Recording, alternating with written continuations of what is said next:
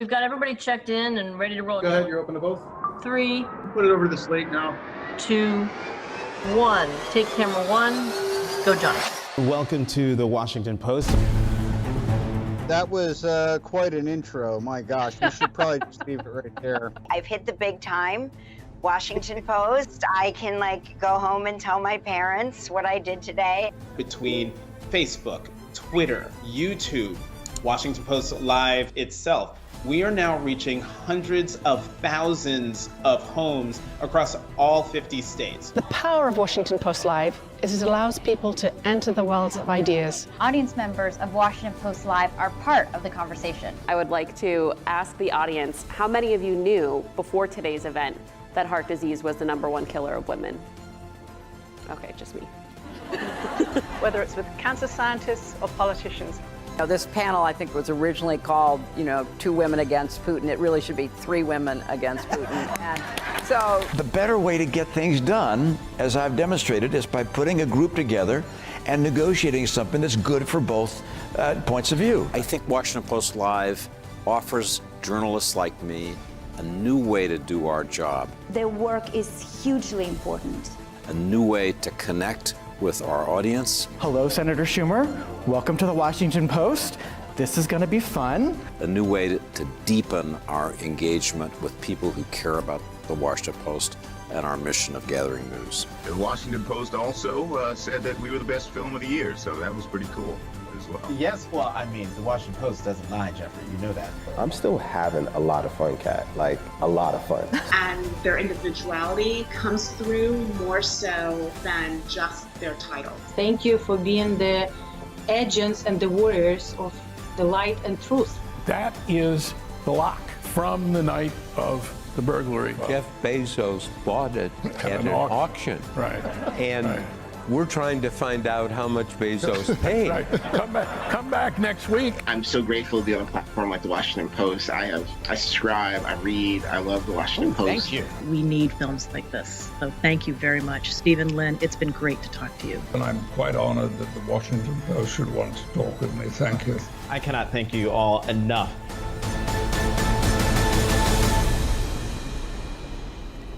Hello and welcome.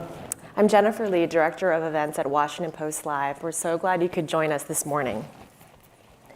Young Americans are facing a range of financial challenges as they enter adulthood, from inflation and high interest rates to student loan debt and layoffs.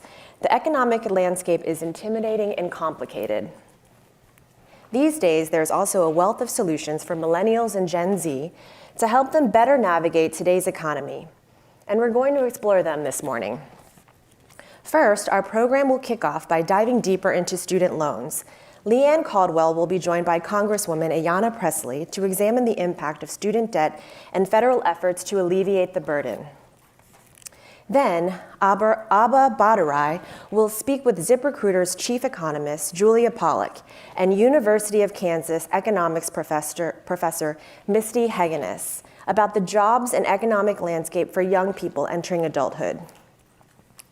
And finally, Akilah Johnson will talk to personal finance influencer Haley Sachs, also known as Mrs. Dow Jones, about how young people are finding new strategies and communities online as they build their financial futures. Before we get started, I would like to thank today's presenting sponsor, Fidelity Investments. Thank you again for coming. My colleague Leanne Caldwell will take the stage after the short video.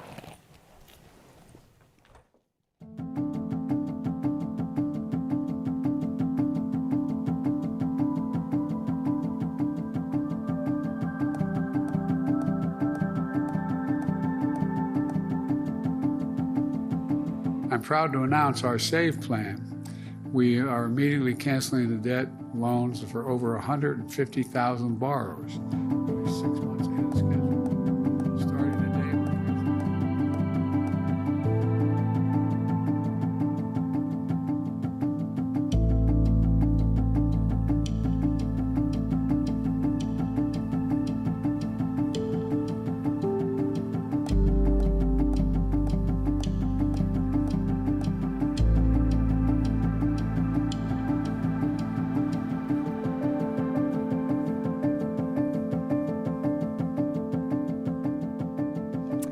morning. Welcome to Washington Post Live. I'm Leanne Caldwell, anchor of the Washington Post Early 202 newsletter, or author of that and anchor of Washington Post Live.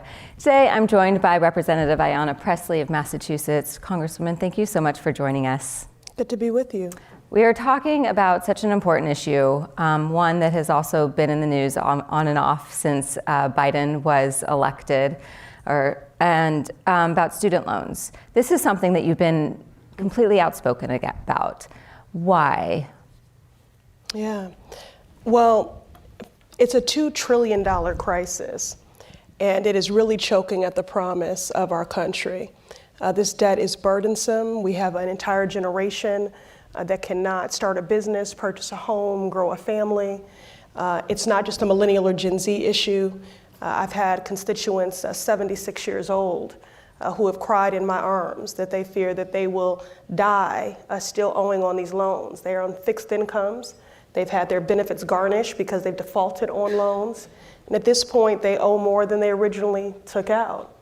It's a gender justice issue. 2/3 of this $2 trillion debt is on the shoulders of women.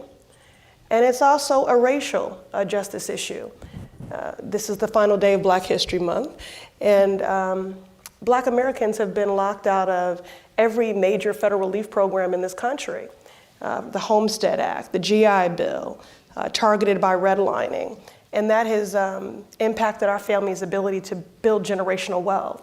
So although there have been gains in income, we still don't have generational wealth. So Black borrowers borrow and default at higher rates.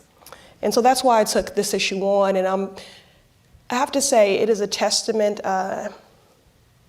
to the power of movements, because when student debt cancellation was first introduced as a policy, many people questioned whether or not the president had the authority to do anything about it.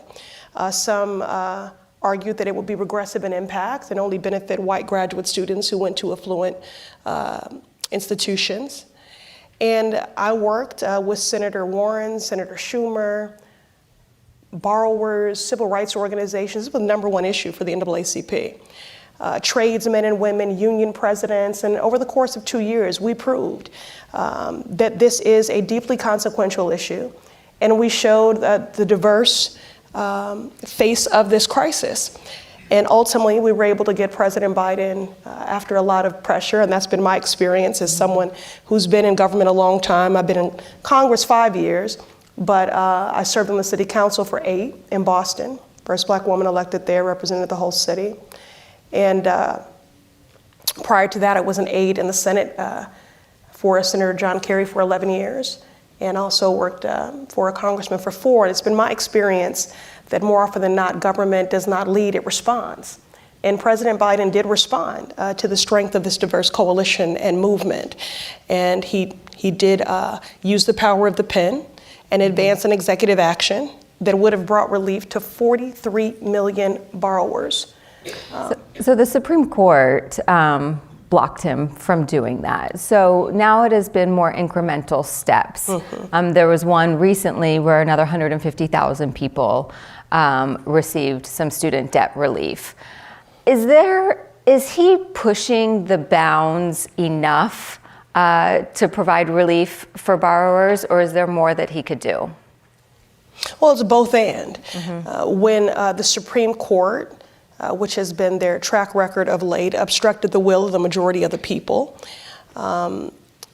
President Biden and Secretary Cardona gave me and this coalition their word that they would make good on their promise.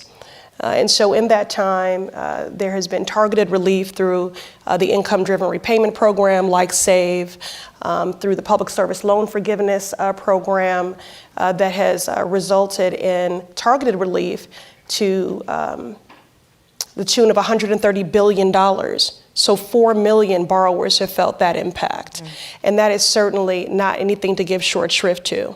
But the reason why I have not taken my foot off the gas, so to speak, is because we still need broad-based, more inclusive. We have to cast a bigger net so that we are leaving no one behind, because as many borrowers that do approach me and talk about how game-changing this relief has been for them, for those who've been eligible for the targeted relief. There are many more who have not. So you mentioned in your first answer about it's a gender and racial issue as well. In the numbers of people who have gained relief, are you seeing that it is benefiting certain groups of people over others? And are there groups who have really fallen through the cracks? Well, I mean, again, my data points are really anecdotal at this point. Okay. I do hope I love data, so I do hope to see some data in the disaggregate. But I would say more of the borrowers who have approached me are public service people, so more mature borrowers. And we need, again, a wider net so that more people are feeling the impact of this broad relief and cancellation. Including our younger borrowers who are just coming out of school saddled with this debt. Yeah, there's, from what I understand, there is effort right now to reach the most vulnerable borrowers. Is there anything that you can say about that? Or have the most vulnerable been able to access the relief in levels that they should? Well, again, I just continue to advocate what I've been focused on while we're in this. So in addition to the targeted relief of $130 billion for 4 million Americans, and then last week an additional $20 million through the SAVE program, we're also in the midst of a negotiated rulemaking process. So I've been very focused on oversight of that process and have testified before the Department of Education to advocate for us to be as broad and as deep as the hurt is to ensure that we are reaching our most vulnerable borrowers. So, I'm a sort of three paths here. So it's making sure all of my constituents who are eligible for this targeted relief know that, and then providing them with navigators and people to make sure that they access that. Secondly, it's continuing to fight for that broad-based relief because, again, the executive action would have benefited 43 million borrowers, okay? And then, finally, we have to address the broader issues around unaffordability of higher education. You cannot say that we live in a meritocracy and education is the great equalizer. If you continue to put it farther and farther out of reach for people. So I am an advocate for a tuition-free college. I also, in the meantime, do believe we need to expand Pell Grants, invest in our HBCUs. So all of those things are essential. And I should add, I am the profile of Black borrowers.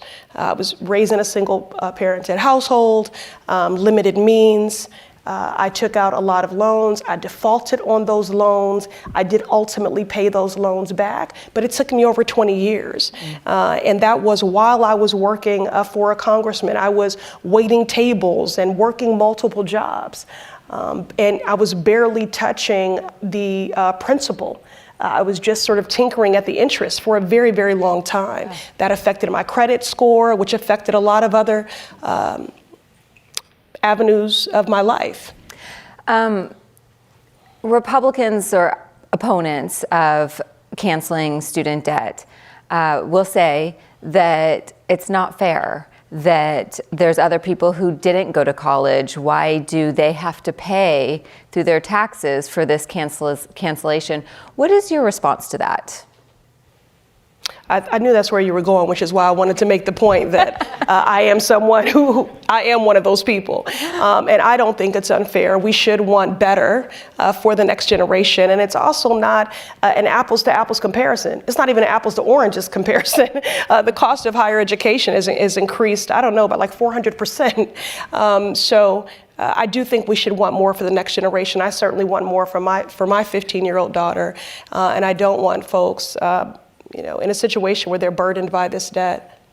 Yeah, freeing up money that was going to paying off student loans has, obviously, people can spend that money elsewhere.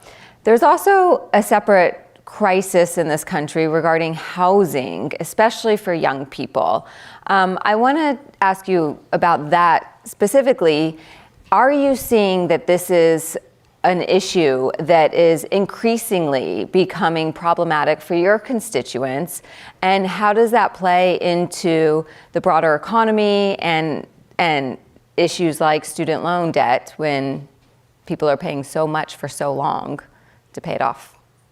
Thank you for that question. And I should have actually led with that argument because it does benefit everyone ultimately. It benefits our economy. For example, during the pandemic, myself and some of my other colleagues advocated fiercely for a payment pause on student loans during the pandemic, given the collective hardship that everyone was experiencing. And 3 times we were able to have a pause on those student loan payments. And people were able to use that money that they saved to remain safely housed. Some people became first-time homeowners. So it was deeply impactful. I should also add, just as an aside, our historically black colleges and universities, which have historically been woefully underfunded, they use the American Rescue Plan funds, many of them, to cancel student debt. So again, it is an economic justice issue, it's a gender justice issue, it's a racial justice issue, and ultimately we do all stand to benefit because of that infusion in the economy. As for housing, I do serve on the Financial Services Committee, and so housing is under the jurisdiction of that committee. And, I'm going to be partisan for a moment. When the Democrats had the gavel and Congresswoman Maxine Waters was the chair, we had 55 hearings on housing.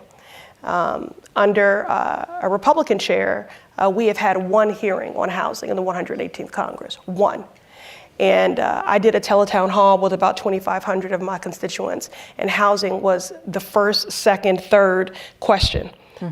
Of course, I want more people to have home ownership within reach, which is why I introduced the Down Payment Towards Equity Act. But truthfully, even just paying rent is out of reach for many people. You're not supposed to pay more than 30% of your income on rent. And there are many people paying 60, 80% of their income towards rent. So there is a housing crisis in this country.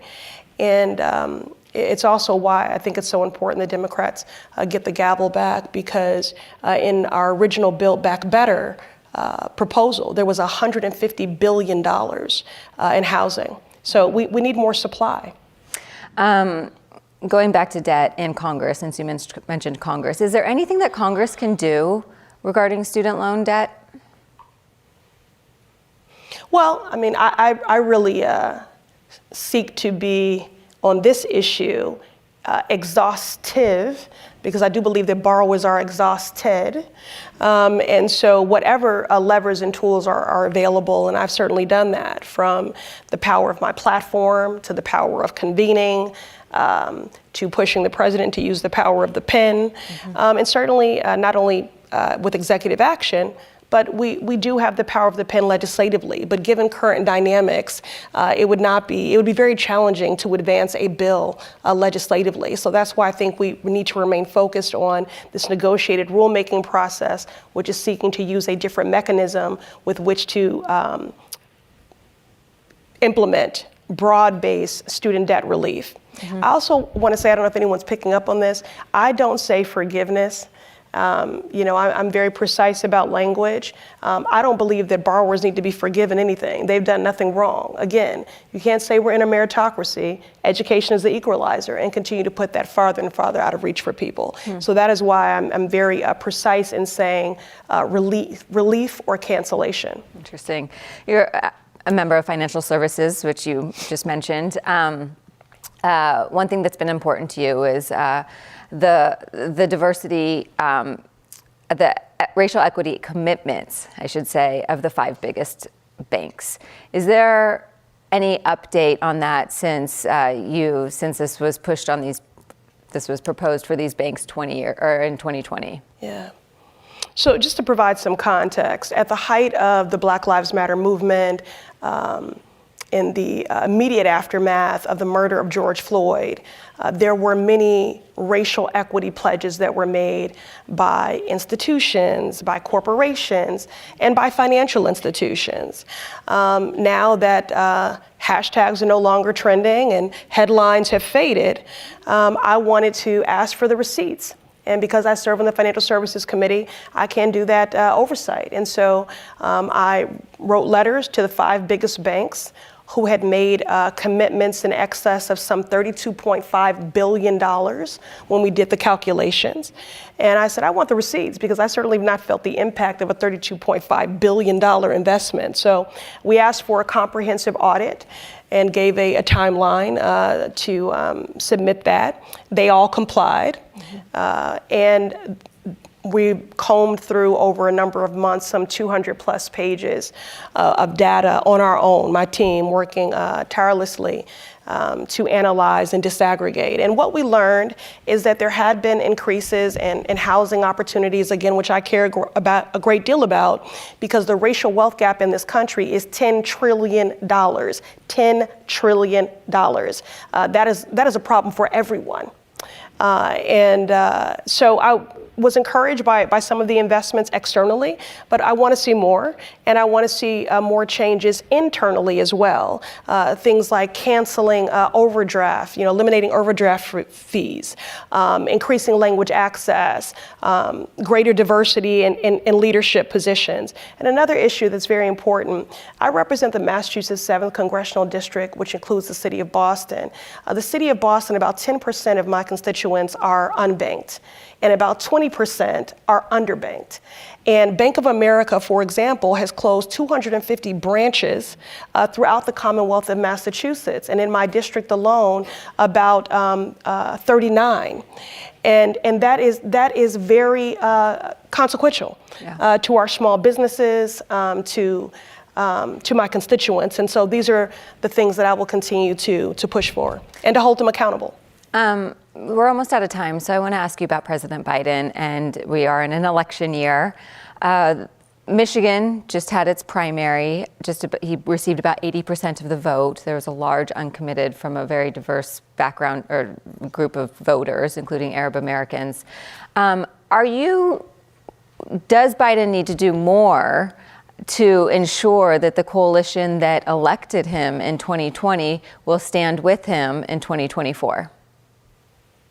Well, if you look at issues, I chair the Abortion Rights and Access Task Force for the Pro-Choice Caucus. So if you look at issues like affirming abortion as bodily autonomy, freedom, and health care, issues like that, and student debt cancellation are motivators to the polls. So I don't want to in any way underestimate that those are politically impactful issues and do motivate people, but I'm more focused on the substance of those things. But ultimately, the vote in Michigan, I think, is evidence of that there are many people that are unhappy with the current position that the president has taken, and that they want him to reverse course, to change course quickly. I've long been advocating for a permanent ceasefire.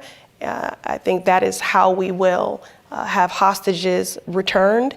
It's how we can deliver humanitarian aid.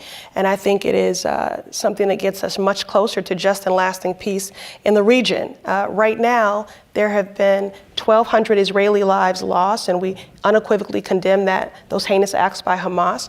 And there have been 30,000 Palestinian lives lost, most of them children. And now Rafah, the last safe zone, they want to bomb that.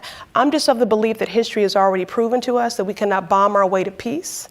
I do not believe that vengeance is a foreign policy doctrine.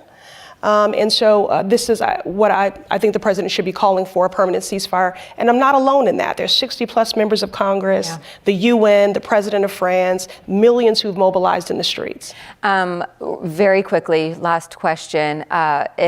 Speaker Mike Johnson has not brought this onto the floor, but there could eventually be a vote on Ukraine, perhaps more aid for Israel, especially that Israel aid. There's a lot of Democrats who are very concerned about giving more money to Israel to continue this war. Where do you stand on that? Well, it is essential that we get humanitarian aid to Ukraine. On Israel, again, 30,000 lives, innocent civilians in Palestine.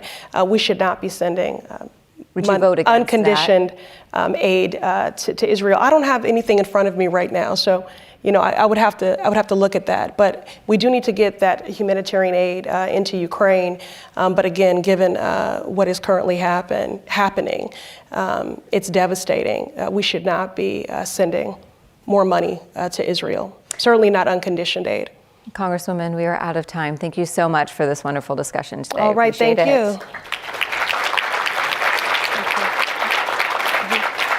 And stay with us. The program will continue in just a few moments. Okay.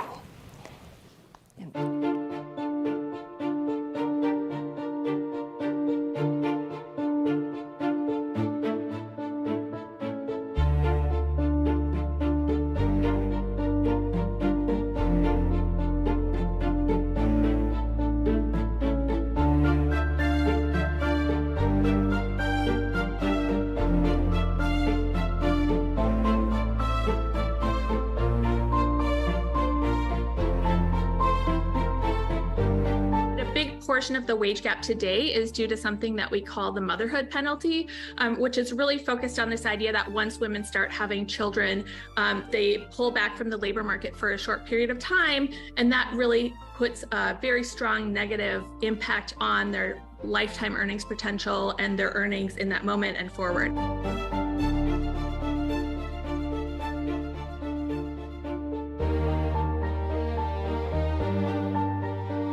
The picture remains intact. The labor market is slowing. So that 199,000 number should really be quite a bit lower, because 35,000 of those workers were just people returning from strike. That puts the underlying rate of growth at around 160,000, which is exactly in line with the 2019 average. The labor market is all the way back to pre-pandemic normal.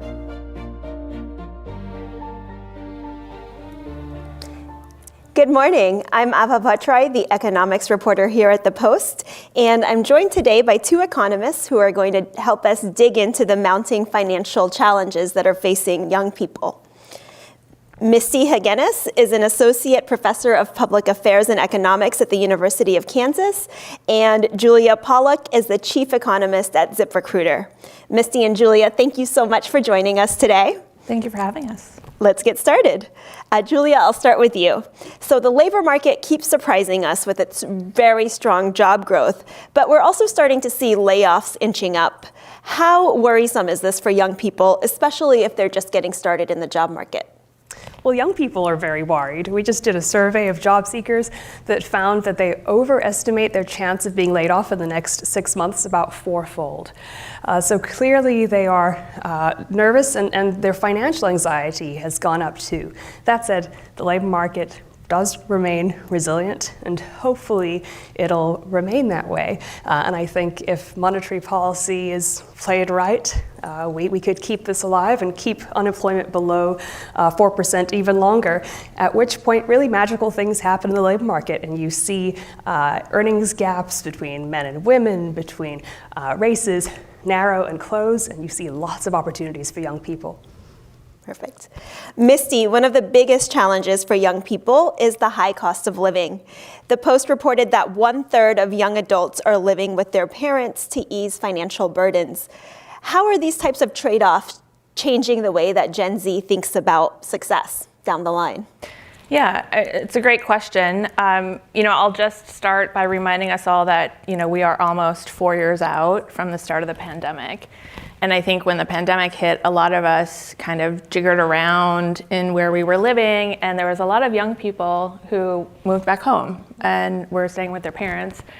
And so, I think to the extent that, living intergenerationally helps younger generations build and accumulate a little bit more wealth and savings, it's a good thing. To the extent that it is done not out of choice, but because of a restriction and an inability to, live independently and pay rent and have a job that allows them to thrive independently, it's an issue. I think it's something, for me, it's something that we need to monitor. I'm very sensitive to the fact that we've all discovered that there are different ways to live through, being experiencing a communal global pandemic, and so we'll see what happens as we move forward. But I do think that it is something that we need to keep our finger on. Perfect. Julia, I want to talk a bit about high interest rates, and as we know, it's making it harder for everybody, including young people, to budget and plan ahead, plan for the future. What are some ways that young people can address these issues? Well, the number one determinant of wealth for most Americans outside of the 1% is labor market income. And study after study shows that that first job you take is really, really crucial for the trajectory of your earnings. And so I would encourage young people to start their job search in school, to look very carefully at what jobs are out there, what they require, what skills they require, plan their education accordingly, and keep a foot in the labor market throughout school. It's really, really important to get apprenticeships and internships. They too are transformative for many young people and set them up for much, much better, higher paying jobs. Misty, Gen Z is at a point where they're thinking about financial independence and what that looks like long term. How does thinking about starting a family, buying a house, settling down fit into that? And is it different from how it has been for past generations? Yeah, so I think it's definitely different. There's a lot of changes generation to generation in terms of our expectations of ourselves, our expectations of our communities, of our partners. And so I think what we're seeing now with this younger generation is, if you look at the data, a lot more, we've got a lot more younger folks who have higher levels of education. It's almost about 50% now if you look at individuals between the ages of 25 and 29 have a bachelor's degree. That is, double the amount of individuals who had a bachelor's degree of their parents. So there's a lot going on right now in terms of shifting economics that's driven by educational attainment and job opportunities. And one of the things that happens is when we get more education, everything around us becomes, we look at it differently. And so in terms of families, starting families, partnering up, the cost, because we live in a society that really has not had a lot of strong social supports for childcare and other things, women are looking at this today and they're really thinking about the individual cost to them of starting a family, of having children.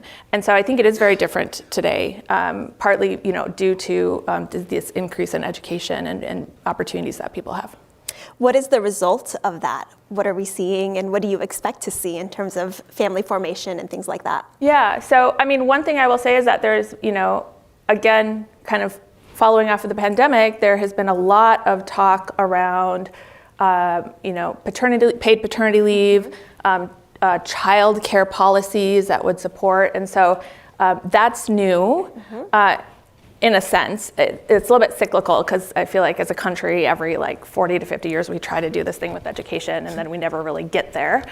So we are seeing a lot more discussions in that space. And I think in terms of, for the younger generation, really what it means is that, younger generation or younger folks need to be a lot more aware and cognizant in making their decisions and in talking with their partners.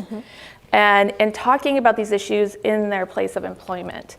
Another shift that I've been seeing is that there are a lot more supervisors, again, partly because of the pandemic shakeup, who are willing to have these conversations around leave, around flexibility for work. And so some of the issues that have been holding the younger generation back, I feel, there is movement in the discussions about how we can make the environment better, safer, and more prosperous for them. Julia, fast forwarding a few decades here to retirement, an Intuit survey recently found that 2/3 of Gen Z is unsure that they'll ever be able to afford retirement. What's driving that bleak outlook and how can we address that? So recent surveys asked young people, how are you going to pay for your student loans when they go back into effect? And 1 in 4 said, I won't be able to contribute to my retirement savings account anymore. And companies heard that, and Congress also heard that. So you had Abbott Laboratories spearhead a new benefit, the 401k match for student loan repayments, and ask the IRS to allow them to count student loan repayments towards 401k matches. They got that through, and Congress then encoded that in law for everybody starting on January 1st. And what we're seeing is a rush of companies now to offer this new benefit that is so helpful to young people, allowing them to repay their student loans and save for retirement at once. And so often when there are policy gaps, I think employers can take the lead, Congress can listen and do something, and then companies can rush to adopt. We're seeing Chipotle, Unilever, News Corporation, Dow Jones, all of these companies rush to adopt this new perk in just the last few weeks. So I think examples like that are very, very encouraging and show that we shouldn't just look at these hugely important social issues and crises and sit back and be resigned. We can really do something about it, workers and employers together, and reach win-wins. Misty, I want to talk a bit about the gender pay gap. How does that affect the way, women are thinking about their financial futures? Yeah, so the gender pay gap is a really important issue. It's been stubbornly stuck for a handful of years/decades now. And what we know about the gender wage gap today is that, a lot of it is really being driven today by family issues and childbirth and having children. And so if you look at younger generations, there's really no gender wage gap, or it's very minimal. But the moment that a woman has a child, you see a dip in her earnings, the year that she has the child, and then all the subsequent years, and basically it never recovers. And so it's about 2/3 of the gender wage gap today that is attributable to having children for women. So, thinking about that in the context of, the gender wage gap used to be larger. It used to be more driven by things outside of our home, like overt sexism in the workplace, people, siphoning off into different types of occupations types of occupations that had higher pay were generally filled with men. And we still have some of those issues in the labor market, and it's still, something that's a challenge for us. But in terms of thinking about what can we do, given the fact that the gender wage gap has really been stuck, what can we do today to really have a larger, greater impact on reducing or mitigating the gender wage gap? And there's kind of two things. One is, again, emphasizing and focusing on what are some strategic ways that businesses, government, local, state, federal, can work towards creating policies and infrastructure that invest in their employees around the issue of family paid leave and childcare. The second is, and I hate to say this, but or maybe I don't, but when we're thinking about the next phase kind of a feminism today, it's no longer about women speaking their voices and sticking up for themselves. It is about women bringing men to the table, and especially within our homes, and having discussions about, the additional burden of chores and domestic tasks that women take on in our homes. 75% of mothers today work in the labor market, but they still do predominantly a majority of the tasks at home, and that's very exhausting, and it's contributing to the gender wage gap. So. Julia, there's a lot of talk about how AI could change the jobs of the future. How should young people be thinking about what kinds of skills they should be working on for maximum job security down the line? This is the huge question of the moment, and I think the preliminary research coming out points in lots of different directions. So for me, the most exciting finding is that access to AI tools raises productivity substantially, but in some fields like customer support, it raises productivity for the lowest skilled, youngest, novice employees the most, and actually reduces performance gaps between the best and worst employees.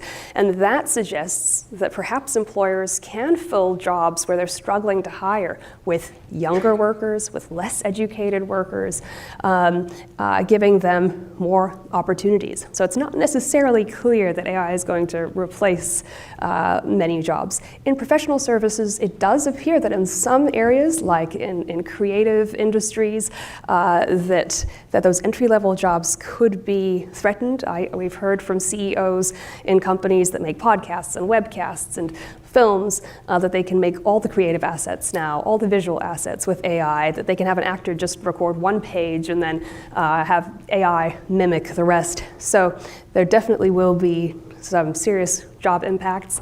I'd encourage young people to become very, very familiar with AI and all the things that it can do, even if they don't have technical AI skills. Just knowing how it can be used in their products and industries, I think will give them a competitive advantage.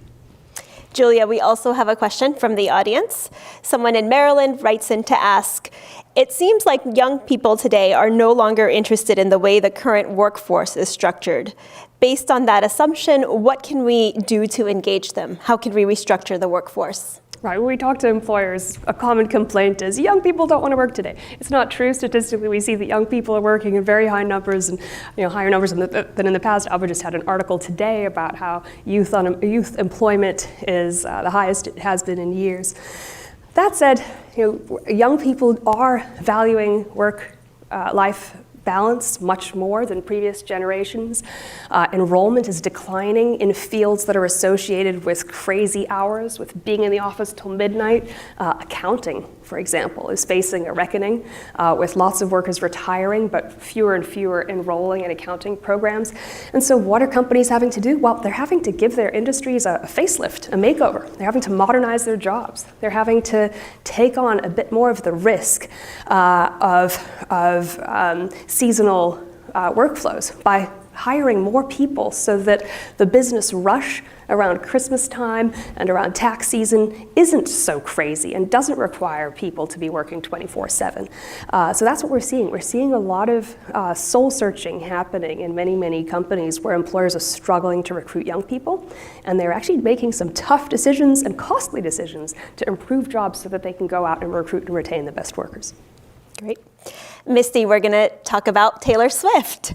You've created a curriculum you called Swiftonomics 101 to teach high school and college students about the economy through the lens of Taylor Swift. Mm-hmm. Tell us about that approach. How did you come up with it? Why is it important? And why is it a valuable way to examine the economy? Yeah. So glad you asked me about Taylor Swift. So I'm in the process of writing a book, which will be out in 2025, called Swiftonomics. Mm-hmm. And a lot of my colleagues know that I'm writing this book, and so one of my colleagues asked me, would you be interested in putting together a seminar, a webinar to teach high school students, to help high school teachers teach their students about economics using Taylor Swift. And I've been writing some short stories about examples where, the Taylor Swift NFL scenario, even if you look at it through the lens of economics, you can surprisingly see how the NFL as a business model was super dedicated to supporting Taylor Swift, mostly because she was huge for their bottom line. And so, economics in and of itself is often not an exciting concept for the general public. For us economists, it's like the most exciting thing in the world, but for others, it's not so much. And it also tends to be very traditional and very kind of bland in how we teach it. And so this just seemed like a super fun opportunity to get high school students and first-year college students really engaged in understanding the concepts of economics, the theories of economics, using something that is so tangentially real to them in this moment. And I really do, so I'm a professor, and really when I think about how can I engage my students in the content of my classes, one of the most effective ways that you can do that is to try to cross the barrier of the content that you're trying to teach them and the topics that they care about. What has the reaction been like from students?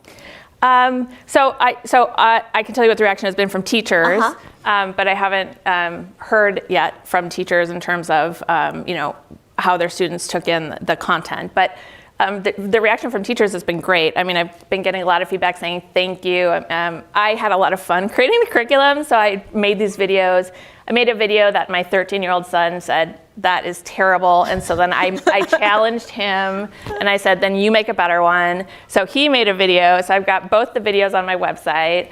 And it's just, it's really a fun kind of anything that gets the younger generation interested and excited about economics, I think is very cool. And I think especially when you can do it on with a gender lens as well, I think that that's great because it gets more young women and more girls interested in the field. I wish I'd had your curriculum when I was teaching economics. My students would have been grateful rather than endless supply and demand graphs. All right, unfortunately we are out of time, but Misty and Julia, thank you so much for joining us today. Yeah. And stay with us, we'll be back with more shortly. Whatever you're planning for, it's all possible. Even that. Start saving and investing smarter with Fidelity today and open up your possibilities. Soon you could see small wins, and in the future, bigger wins. Like having plenty of cushion to do whatever you feel like doing. You and your money, moving forward. It's all possible with Fidelity.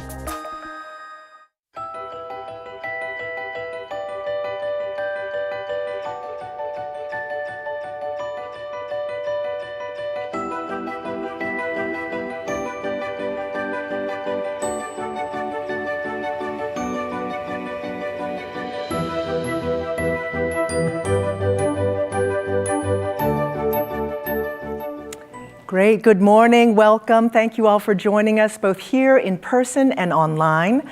My name is Lana Wong and I'm a founding member of the Diverse Women Moderators Bureau, Moderate the Panel. So I decided to wear red today because in Chinese culture, red represents good fortune, good luck, and joy. And so we could all use a little bit of joy, right? And I also wanted to kick this off and wish everyone a happy Year of the Dragon. So I don't know if we have any dragons out there, but it's your year. But theoretically, it's supposed to be all of our years. The Year of the Dragon is supposed to be quite an auspicious and prosperous year. And that's a good thing, and especially because we are talking today about financial mobility for the next generation. So, in these turbulent times, how can we arm our young people with the knowledge, skills, and discipline to really achieve their financial goals and ultimately their life goals? I mean, that's the million-dollar question, right? Absolutely. So luckily, we have a great expert here on hand to shed some light on this. Let me please introduce Sangeeta Moorjani. She is the head of tax-exempt markets and retirement solutions at Fidelity Investments, and she and her team have been dedicated to helping young people plan for their financial futures from K through 12 to college, and also with a variety of new digital tools to really help young people and meet them where they are. So welcome, Sangeeta. Thank you so much. I'm delighted to be here. And I have to tell you, happy Year of the Dragon. I have a dragon at home, so happy Year of the Dragon to him and to everyone here. Fantastic. And so before we get started, let's just take a quick poll. How many of you all have teenagers or young adult children at home? Okay, a fair amount. And then of those with the hands up, have you all started any financial planning for the future conversations with your young ones at home? Oh, we'd love to see all the hands up, won't we? Excellent. Okay, well, I myself am the mother of 2 Gen Z sons, and I will say that those two are more adept with financial investing apps than I am. So I could stand to learn a lot from this conversation. So let's dig in. Sangeeta, what does financial mobility mean to you, and why is it so important for the next generation? I am really excited, Lana, that we're starting with the topic of financial mobility because it is foundational for the next generation to achieve the American dream. And I have 2 Gen Zs at home too, and it is so critical because it is about climbing the economic ladder. It is about economic independence. And so when we talk about financial mobility, it's not just about making money. It's just as important to have the education and the financial services tools to be able to make good with the money you have. So the question in front of us when we're thinking about financial mobility is, do people have the right skills? Do they have the right education so they can truly prosper and achieve their goals in life? Great. Okay. And so with this younger generation, what trends are you seeing and how are they different from their older counterparts? I have to say the trends we're seeing are really promising, which is so wonderful. Some of the trends we're seeing is that younger teens actually are more likely to have conversations with their parents. So 50% of today's teens say in one of our Fidelity studies that they've had conversations with their parents about finances. Awesome. Those that are college bound are thinking about their financial future. What we also see is Gen Z is way more ready to put money away towards retirement than the prior generations. In fact, we've seen a 63% increase in retirement accounts with Gen Zs. So really promising trends and all goodness. One thing that's sticky is the gender gap. And this is where, like I said, I'd like to see all hands raised because the gender gap starts very early, right? Parents are more likely to talk to their boys about finances and money than about their daughters. And I think that's something that we as a community have to do more on. But overall, promising trends. Great. Yeah, no, absolutely. We heard about that gender gap in these previous conversations too. Yes. So it is something that is persistent. So technology, how is Fidelity leveraging technology and innovation to really engage and empower young people? I mean, technology and innovation is like in the fabric of Fidelity. But when we are thinking about technology and innovation, it's really important that we have anchored ourselves in making sure that people are able to engage and it's fun and rewarding, because until it's that, it's yet another thing, right? And so there are two things I'd like to talk about. First, how are we making things engaging and fun? So we're starting really early. And we've got a program, Fidelity has a program called Fidelity Learning Labs, where we're providing education to teachers so they can then take personal finance in their classrooms, in the K-12 classrooms. Then we talk about high school, and we've got a Fidelity Financial Forward where we're coming to high schools and getting high schoolers more comfortable with the topic of finance and money. And the other is, we don't stop there, we go with them in universities. So Fidelity Financial Forward University, where again, we're partnering with universities and colleges so that financial literacy is a core component. So that's one, make it fun and rewarding. The second thing that's truly important is about people need to be able to engage. You learn by doing. And so what we want to make sure is that we have enough to do there, enough to help people learn. We've got a youth app, which actually teenagers can engage in, not just saving money, but investing money. Student debt, we've talked about that a lot today. Student debt can be crippling. It's very pervasive. And so having the right tools so people can understand, how much debt do I have? How do I start paying off that debt? So that's another area of innovation. And so we've really been focusing on that. And lastly, I really want to talk about how important it is that, you okay? That we help the underserved. So we have a social impact effort, a $250 million social impact effort to help the underserved. And by the way, I forgot one cool thing, which is we're in the metaverse. So Roblox, we've got presence there to talk about financial literacy. So it's about engaging people and allowing them the opportunity to get involved. Fantastic. Sounds like you have a great array of, sorry, it's an allergy. I'm sorry, I had about 5 cough drops before I came on stage, so it's clearly an allergy. Sorry, on to topic, you did mention higher education institutions. So can you tell me more about these partnerships and how they can really perform for our young people? Yeah, so, partnership with higher education is critical. And Fidelity serves a lot of higher education institutions for benefits with their workplace. So we're helping their employees. And what I'm really excited about is how we're taking that partnership to students. And this partnership got accelerated with the name, image, likeness legislation passing in 2001, where universities came to us and said, can you help us bring this education to athletes? And we were like, absolutely. And as we started working more on it, it became really obvious that financial literacy in universities and colleges was not just something athletes could benefit from, but everybody could.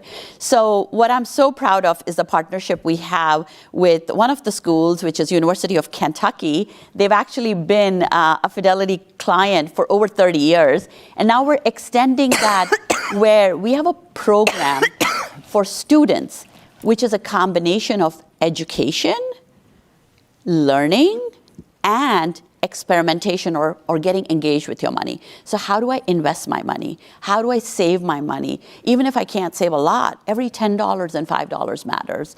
And I think that's what's so important as we think about financial literacy, financial mobility, is these partnerships and meeting the youth where they are. Absolutely. And so we are here in DC. We cannot have this conversation without touching on policy. That's right. What is the role of public policy in this whole financial mobility landscape? Lana, I'd love to turn the question back to say, not just what is the role of public policy, but public policy is all-encompassing. Public policy is critical. Financial mobility is something that we as a community, as an industry, federal, state government, policy need to really come together. When we come together, it's really powerful. In fact, we are benefiting from so many policy decisions that have made us better in terms of enabling financial literacy. I'll share a few. One is around emergency savings. And Secure 2.0, which thank you to the policymakers for Secure 2.0, Secure 2.0 has a provision which allows employers to make contributions towards emergency savings. And that is huge because, often when student debt is something that, students or new workforce members are worrying about, they need a mechanism to have that emergency savings. So thank you for that. The other is specific to student debt with the CARES Act. And what the CARES Act did is enable tax credit for employers to make contributions towards student debt. Again, we've taken that and put tools around it, put solutions around it, and millions of people in the workforce are benefiting from that and being able to pay off the debt. The other one from Secure 2.0 is auto portability, and what that is changing jobs is happening a lot more today than when I joined the workforce. And often those smaller 401k, 403b balances are forgotten. And we now have, through Secure 2.0, a mechanism for that money to travel with people when they go to their next job. And so they can continue to accumulate. So thank you, I would say, to the policymakers for the partnership, because it's really critical here that we come together to advance financial literacy and enable financial mobility. Fantastic. Well, do you have any last thoughts or tips for young people out there and as well as parents for this whole financial mobility journey? I would say a couple of things. One, financial mobility is something we all need to engage in, whether you have kids or not, whether you're young or you're old, because it is about the next generation's ability to climb the economic ladder. And I'm a big believer people need to be able to live on their terms, and they can't do that unless they have the financial mobility. Two, I think it's really important for us as a community, as industry, as policymakers to engage. And I'm so happy to be here in DC to be able to talk about that. So let's get on this together. And I think the next generation needs all of us to do this together. So thank you. Great. Well, thank you so much for all the work that you all are doing, and thank you for this conversation. Thank you all for joining us here in person and online. And if you have any ideas or tips and you want to add to the conversation, please do so online with the hashtag #PostLive. My name is Lana Wong, and I will now hand it back to our colleagues at the Washington Post. Thank you so much. Thank you.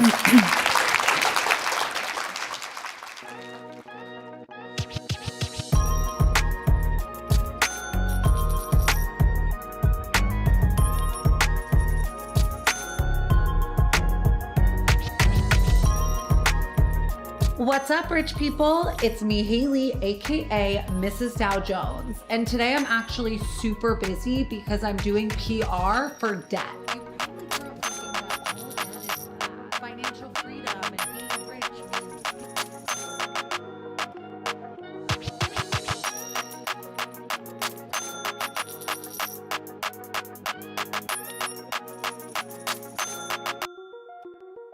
Money is a game, okay? It's just about learning how to play it. And we're raised in this culture where being debt-free is so celebrated, but like they're actually catfishing us.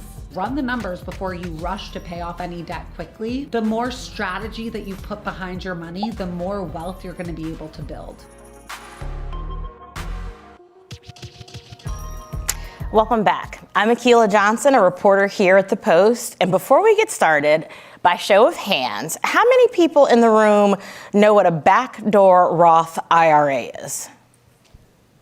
Oh, wow. Well, I have no clue. So luckily, we're sitting with an expert who is going to clue in those of us who didn't put our hands in the air so we can get some answers. Haley Sachs, welcome to the Washington Post. Thank you so much for having me. I can help with that. Okay, I was going to say, before we get started, do you want to go ahead and answer that question for me? Because I have no idea what a backdoor Roth IRA is. Well, a Roth IRA has an income limit to contribute to it, and a backdoor Roth IRA is a way to get around that income limit. So you're able to contribute to a Roth IRA even if you make above the threshold. Oh, above. Okay, so we're going to talk about wealth generation a little bit later for folks who were like, I don't even have a income limit to be worried about. So we'll get there. So you've been referred to as Susie Orman meets Paris Hilton, and you call yourself Mrs. Dow Jones, but you've never worked in finance. What drew you to this work, and how do you use social media to educate people about financial literacy?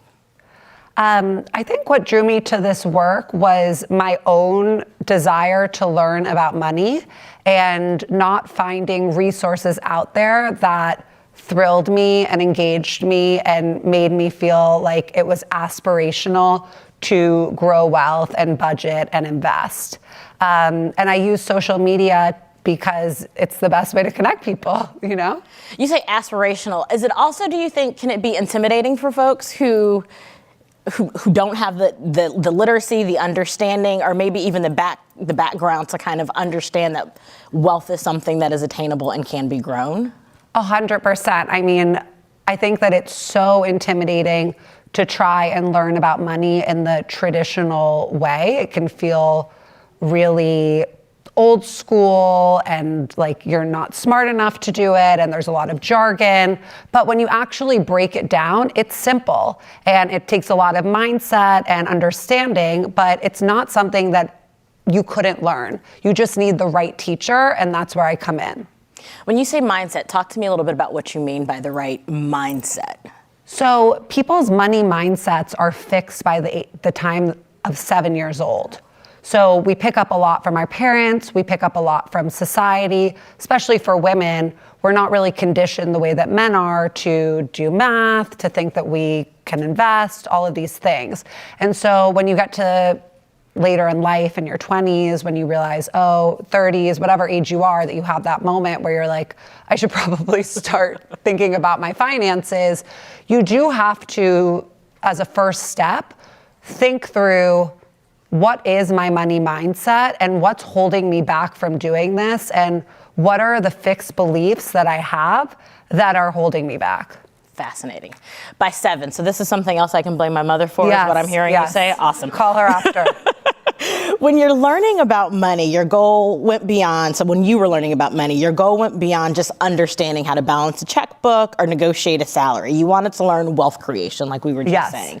Why is it something that you think young people in particular, should strive for? Wealth creation? Yes. Well, I mean, first of all, financial freedom. You don't want to have to work forever. We all deserve retirement, so that's a huge part of it. I mean, there's so many reasons. It gives you security, it gives you freedom. You can leave bad relationships, you can leave bad jobs, any situation that's not serving you. If you have financial freedom, you have the power to walk away. And so, yeah, it's retirement, but it's also giving yourself choice in your own life to do what's best for you. Do you think, so like kind of going back to mindset and for young people, do you think that sometimes wealth creation is seen as something that is maybe for other people or something that we should only be worrying about kind of once we are true adults, so to speak? Oh my gosh, I hear this all the time. It's always a problem for future you. Today me, I can do whatever, I can buy whatever, spend, it doesn't matter. Tomorrow, that's when I'll deal with it. So I think that's a very common belief, but they always say the best day to start investing was yesterday, and the second best day to start investing is today. So with compound interest, it's really important to get your money working for you as soon as possible and try to get around that belief. So for your young followers also ask you for basic money management tips. Mm-hmm. So what's the most common question that you tend to be asked when it comes to basic money management? I'd say the most common question is, how much can I spend on rent? That's very common for Zillennials. And just understanding how to break down their paycheck after taxes so that they know how much can I spend in all of these areas? Because most people just eyeball it and it doesn't really work out. So they would like to have some structure. So you said after taxes. Are people thinking before taxes? Are you having conversations about, investing in 401ks with young people? Or is that a tomorrow conversation that people tend to think it's a tomorrow conversation, shall I say? Well, actually, that is a today conversation for sure. If you are getting that 401k match at work, I mean, that's free money. So that's one of the first conversations that we have when I'm working with someone on their financial journey is, okay, is a 401k match offered at your workplace? If so, what do we have to move around here so that you can take advantage of that? But I always say 401k match, then Roth IRA, then back to 401k. Okay. So it's not all in for the 401k up front. You gotta move around a little. Gotta move? Yeah, gotta be flexible with your tax advantaged accounts. Yes. That's really interesting because you said, people are thinking about rent as kind of how much can I spend my paycheck on rent. Yeah. So I guess I was asking because is that 401k, retirement, Roth even an option, or are people just thinking, how do I make rent? How do I pay utilities? And how do I just survive day to day? I mean, financial journeys are different for everyone, but I would say yes, for a majority of people, they're living paycheck to paycheck. They have student loans, they have private loans, they don't have emergency funds, and they're just looking to get by. So the first step there is really to build a 3 to 6 month emergency fund and get it in a high yield savings account so that if anything happens in this age of layoffs and all this other job insecurity, you have a backup. So most people have no backup and it's really scary. So you've mentioned a few things here, a few words here that I think can be intimidating for some people, and it has to do with the jargon when it comes to... Oh, no, we can't be doing jargon. Well, no, but I mean, let's talk about it. Let's break it down. So, I think that's a big hurdle when it comes to understanding financial literacy. So give me kind of an example or a scenario where you would go from Wall Street lingo to layman's terms. Like if I were to come to you, full disclosure, I would be the layman who says, I'm trying to build some wealth creation. Help me do that in a approachable manner. Okay, so let's compare 401ks and Roth IRAs to Kim Kardashian and Kylie Jenner. Okay, I can do that. Okay, so Kim Kardashian, she was the first one on the scene. She's a little bit old school, and like a 401k, she got robbed. Well, not robbed, but eventually you're going to have to pay money to the government in a 401k because you're putting pre-tax dollars in. And when you take them out when you're 65 and a half or whatever, you're going to have to pay them back. So that's 401k. And then we got Roth IRAs, which are more like Kylie. They're new to the scene. They're a bit more modern. They're hip. And you're going to be putting in your pre-tax money instead, or you're going to be putting in your post-tax money instead of your pre-tax money. And you have to keep it when you take it out during retirement. Is one preferable to the other? Is it does it matter if you're team Kylie or if you're team Kim? I think you can be verse. Okay. You can like Kim and Kylie, but I would say, like I said, get that match first, then go buy your lip kits, and then go back and get your Skims. Got it. Okay, perfect. There's also a sentiment that millennials and Gen Z haven't received the America that was promised to them. Yes. They're often criticized for not working as hard or having endured as much, back in my day, as previous generations, and aspire to live a soft life. You've shared how you felt disconnected from the advice and educational content that was available. So how do you bridge that gap? How do you bridge the generational divide? Well, I mean, I think that the world that the American dream has really changed for Zillennials, right? We have higher student loans than ever before, increased prices of goods with inflation, and then of course the whole home ownership thing, which was a pillar of the American dream for our parents, is not really within reach the way that it was. And so with the changing tides and the world that we've inherited, the financial education needs to change too. It can't just be the same education that they had, because it's a completely different economy and world that we've inherited. So that's so interesting, because as I was listening to the intro video, were you talking about debt and gaslighting? Yes. And so I feel like I've been gaslit then, apparently. So I'm wondering if you could unpack that a little bit too, in terms of what does that mean? To be about debt? Yes. Oh, okay, yes, I can help you. So basically, there's a threshold for debt of it's 7%.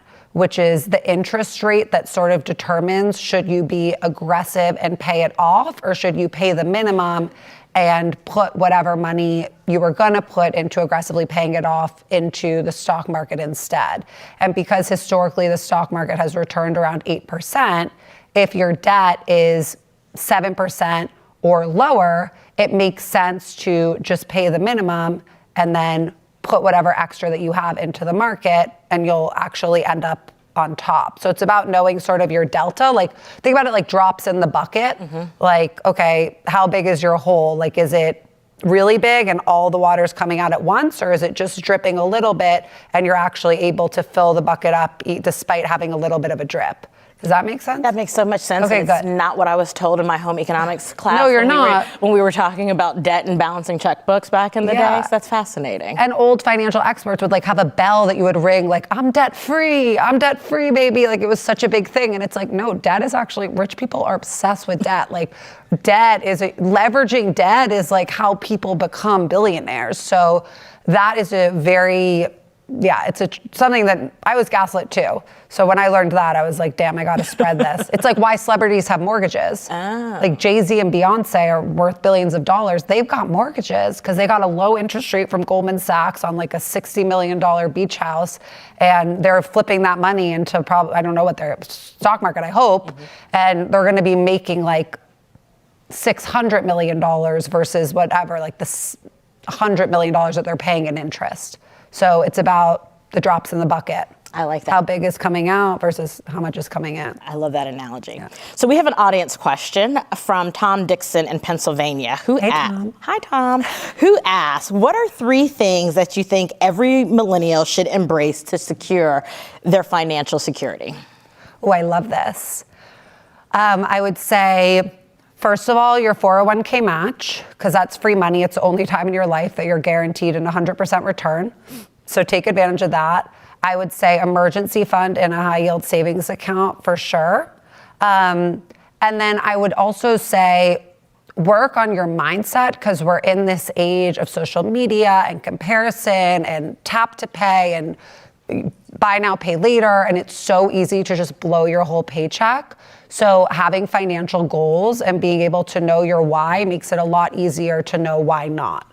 So it's interesting you said financial goals. So when you go to your banking app, sometimes it has like a little budget feature. Do you think that helps set financial goals and it helps kind of give you a mindset? Or do you think you need like a pen and, some people are pen and paper old school. What do you think is the best way to kind of map that out for people?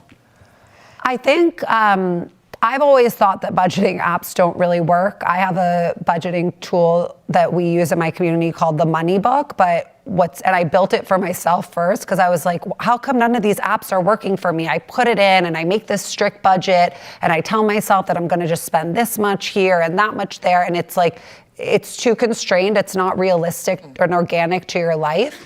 And so what's great about the money book is that it's much more flexible and it just gives you lump sums to use in each of those categories, which is great. But I think financial goals are really confusing because if you're just starting your financial journey, you're like, great, my financial goal is that I want to own a home in Italy. And it's like, yeah, okay, that is maybe your long-term financial goal, but actually we all have the same financial goals at first. And I always say it's like the little black dress of personal finance. They work for everyone. You don't need to be creative with your financial goals at first. Let's just get through these first 3 levels. Let's get that 401k match down and save that emergency fund. Then level 2 is let's pay off that high interest rate debt. And then level 3 is max out those tax advantaged accounts, that Roth, that 401k. If you have a health savings account, use it as an investment account. Those are your 3 levels. Once those are done, think about Italy. But let's just keep it within those 3 at the beginning. Keep it realistic, and then we can get aspirational to the house. And don't get overwhelmed that like you have to have all these, just, it's pretty simple. Sometimes it's nice to just know what you're gonna do. Absolutely. Haley, we are just about out of time, and we'll have to leave it there. Thank you so much for joining us today. Thank you for having me. This is awesome. I learned so much. I wish I had a notebook to take notes, so I'll have to rewatch this, and I hope all of you tuning in, if you had any thoughts, can rewatch as well. Here in person and online, that concludes our program. For more of these important conversations, sign up for the Washington Post subscription. You can get a free trial by visiting wapo.st/live. I'll say that one more time. Again, that's wapo.st/live. I'm Akila Johnson. Thank you so much for joining us this morning. Thank you. You were great. If you have any questions, we can connect.